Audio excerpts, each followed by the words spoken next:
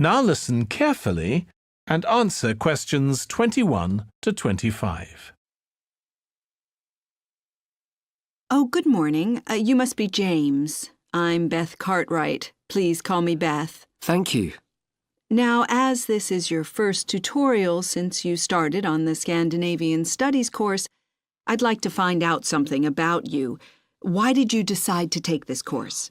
Well, my mother is Danish, and although we always lived in England, she used to talk about her home a lot, and that made me want to visit Denmark.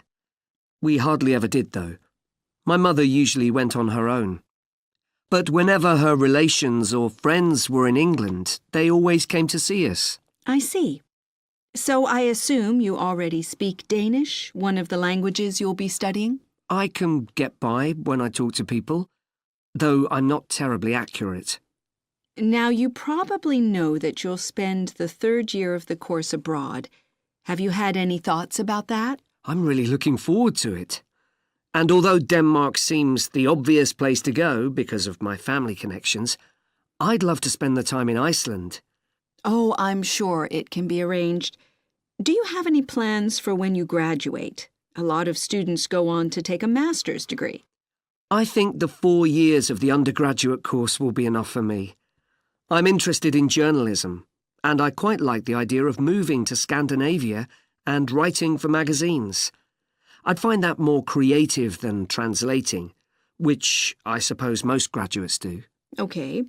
Now, how are you finding the courses you're taking this term, James? Well, I'm really enjoying the one on Swedish cinema. That'll continue next term. But the one on Scandinavian literature that's running at the moment will be replaced by more specialized courses. Oh, and by the way, if you're interested in watching Danish television programs, there's going to be a course on that the term after next. That sounds good. Have you started thinking about the literature paper that you have to write in the next few weeks? Yes, my first choice would be to do something on the Icelandic sagas. The trouble with that is that a lot of people choose that topic, and it can be difficult to get hold of the books you'll need. Why not leave that for another time? Right. You might find modern novels or 19th century playwrights interesting. I've read or seen several plays in translation, so that would be a good idea. Fine. I'll put you down for that topic. Right. So what would you advise me to aim at in the paper?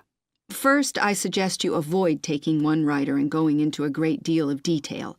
That approach certainly has its place, but I think you first need to get an understanding of the literature in the context of the society in which it was produced, who it was written for, how it was published, and so on.